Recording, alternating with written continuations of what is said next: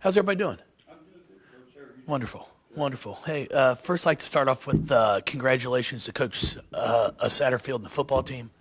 What a remarkable season that they've had to date. I don't think anyone expected what they've seen, and hopefully on Saturday we can get out there and pack that place, and just appreciation to all the seniors, the entire football team that were willing to accept change. Being someone that came in here new, trying to get a group of players to buy into a new philosophy, a way of life is not easy. And we always give a lot of credit to the coaches, which obviously they deserve a bunch. But you also want to give a credit to the players, because it's amazing how well they accepted things. And then it's great to see the success, because now as a coach, it's a lot easier to get everybody to buy into what you're doing. So just really wanted to say congratulations to them. And then for us, first start off just talking about Haley Van Lith. Since our last press conference, we were fortunate enough to have Haley join our family. Excited about that. She's a dynamic player that can score all phases of the game, can get to the rim, pull up jump shot, can shoot the three. What I think separates her from a lot of players out there is just her competitive drive. She's got the ability to, what I like to say is flip a switch. Off the court, wonderful young lady, great family. You can sit down and talk to her, sweet as can be.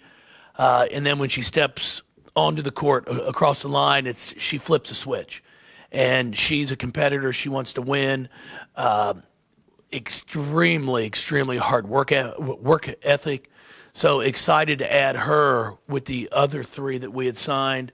And then to all of our returning players that we're going to have next season. So excited to where we are with our program and where recruiting's going for the future.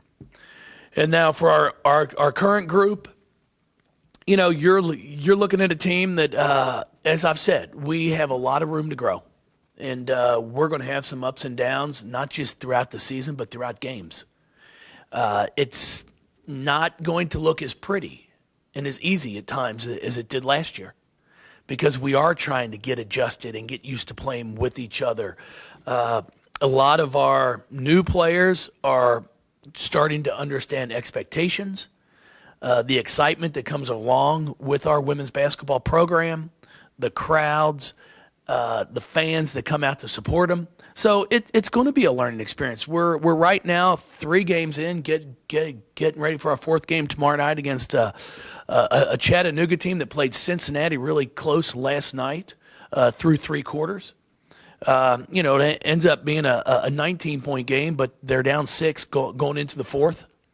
So I've got a lot of respect for them, and I think it's going to be good for us to see what kind of growth we've made over this past week. I guess against the Mops, the probable starters have been listed. You've got Kylie in there. How has that gone in practice this week with her as a starter? It's going fine. I talked to Liz. Liz has been fantastic in practice. And, I just talked to her about trying to change something up here a little bit, try to take some pressure off of her. And she was all for it.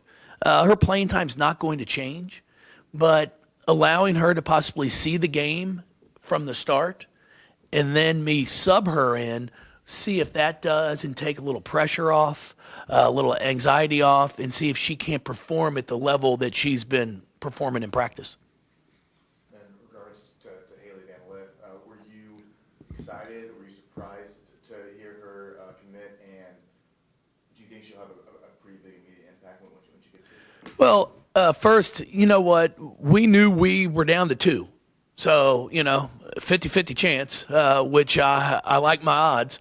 But at the same time, they kept a lot of it to themselves as a family, did not lead on a bunch to us. I knew they liked us or they wouldn't have come for the visit. Our players did a remarkable job when she was here on the official visit. We are who we are. And we didn't put on a front. We didn't try to sugarcoat anything. And I think she enjoyed that. I think her family enjoyed that. And then, we just kind of waited. I knew it was going to be on Saturday. 3 o'clock is when the announcement was scheduled. And I got the phone call about 2:45 from her saying that she wanted to be a part of the family. And, I was excited to get it. I was actually walking through the Atlanta airport right up by baggage claim when the call came. So, then I watched her press conference. I thought she did a remarkable job. I was very impressed with the letter she wrote and then read. I think it just says a lot about her as a person. And, as far as making an impact, yeah, I think she can. I think she'll come in. She's got the ability to score. She can pass the basketball. I was fortunate enough to be able to coach her last summer with the U19 team, so I was able to see firsthand what she's able to do, and I think she'll be able to come in here and really challenge some people. Two questions. One quick one. Can we get a quick Sagan Robbins update for her bone bruise? Sagan's still battling through it. She's on the bike. She's about probably 3 weeks away from signing up for the Tour de France. She's working her rear end off over there. I've never seen a kid go at it as hard as she is because she wants to keep her conditioning level at a high level. But at the same time, she says she's still sore. And it's a deep bone bruise. It's one that it's going to take some time to heal. And if you don't give it the time, it's never going to go away. In the first few games when she was out there, you could see her favoring it. So we finally had to come to a decision to say, hey, let's sit this down. Let's shut it down until you're good to go. You had last week Coach Osterley, this week Coach Burrows, both first-year coaches, both at mid-majors, both following on to coaches that had a storied career at those universities. What's it like to see that new blood coming into the game, in the coaching game, and what do you say to them when you talk to them? No, I can congratulate them.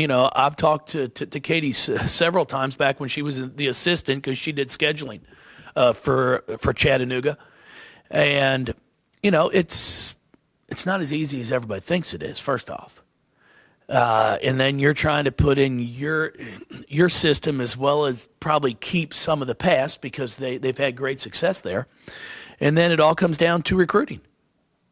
At the end of the day, I always say it, if you've got good players, you're normally a good coach. You got bad players, you're a bad coach. So that's why we spend as much time on the recruiting trail as we do, trying to make sure we get really, really good basketball players as well as people. Because you can get some great basketball players, but if they're not good people, it can also ruin your program. How do you navigate this next week and a half? 5 games in 8 or 9 days, probably a player's dream, but probably a coach's nightmare. It's definitely a player's dream. They don't like to practice anyway. I shouldn't say that. We actually have a really good group of young women that work hard at practice, but you practice to play.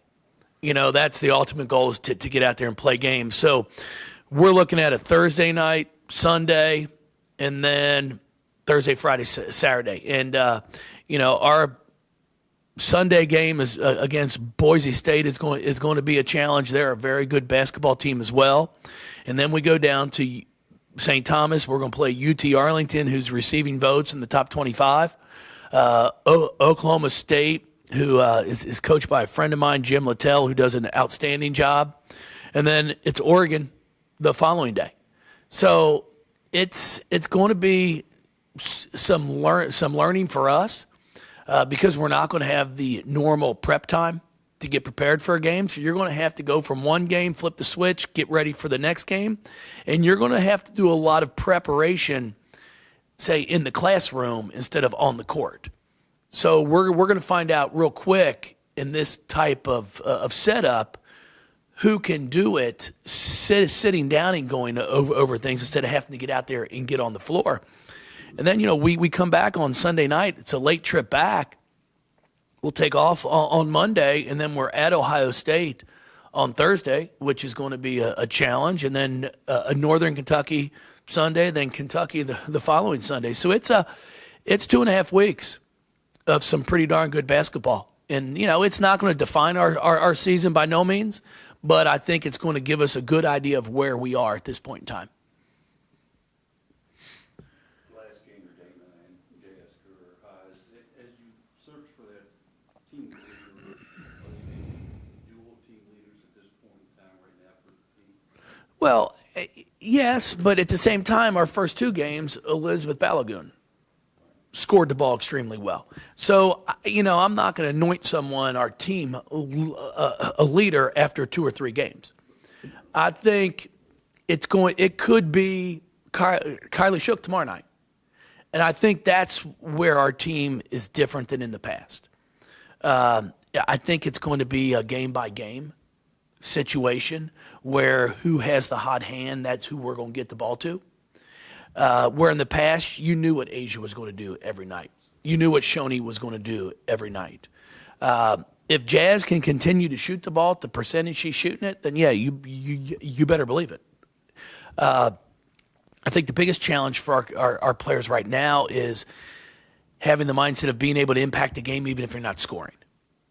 Those are the things that even Asia, when she didn't score the ball, she just required so much attention by the defense, others got involved. So that's where Dana and Jazz, I think I'm going to be able to hopefully see their game continue to evolve. If they're not scoring, can they defend? Can they rebound? Can they get other shots? That's what I want to start to see. But, they both play really well on Thursday night. And now I'm hoping to be able to get, 4 of them to come out and play well tomorrow night and then continue to improve. You mentioned how players like to play games, which is definitely true. We got a couple kids redshirting, so they're just practicing. How they handled that, and especially Naya, how has she handled the role of not being able to play this year? She's been great. Really been impressed with her. She's been working hard conditioning-wise. She looks absolutely fantastic. She's getting to where she wants to get, and I think her goal was to drop close to 20 by the time Christmas comes, and she's close to that already. And she looks quicker. She's more fit. And then Romani's goal is to put on weight, to get physically ready for that next step. And, when you approach it with these players, and I don't ever make a player redshirt. I just throw out, hey, here's something that is an option for you, and this is why. And they both embraced it. Naya was quicker to embrace it because she wants to be great, and she's using this kind of like Kiana right now, Smith. Every day is an opportunity to get better. They're playing on the scout team every single day. They get more reps than our starters get, than our players that are eligible to play, because they don't have to sub as much. So their conditioning is actually probably further along than some of ours that play. And then they're getting more shots throughout the day in a game action because they're not subbing. So I've been really impressed with all of them. Now, Romani has not practiced since she sprained her MCL. She's now just starting to get back on the court.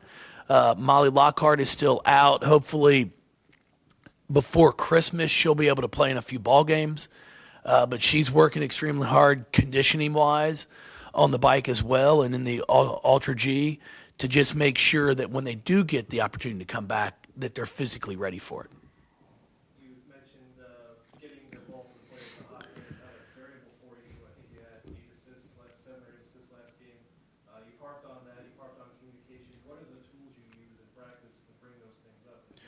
Well, it's just something that we talk about every day is making your teammates better. Instead of trying to create your own shot, try and create a shot for your teammate. I didn't think we passed the ball extremely well on Thursday night. But at the same time, I challenge our post players. We've got to make the first one. We had about 4 or 5 that we may have missed the first. We get our own rebound and stick it back up and in. Well, unfortunately, I've just blown the assist. So when I go back and look at game film, sure, we only end up with 8 assists, But if we make the first one, we had about 14. And, you know, if you've got 14 assists on 27, 28 made field goals, that's not bad. So we're challenging each other. You know, as I've always said, if you want to win, you've got to make open shots. You know, the great teams are the ones that can make contested shots. But if you've got enough really good players, you shouldn't have to take too many of them. So one of the stats that we're keeping right now that I've talked to Scotty Davenport about is just what we shoot from the field on contested shots and uncontested shots. So I can show our kids, hey, when we take a good shot and it's not contested, look at the difference in our field goal percentage compared to when it's a contested shot. Guys, you guys are great. I appreciate y'all coming out. Much appreciated. Thank you all. Thanks, Coach. What do you got, Nick? Onward.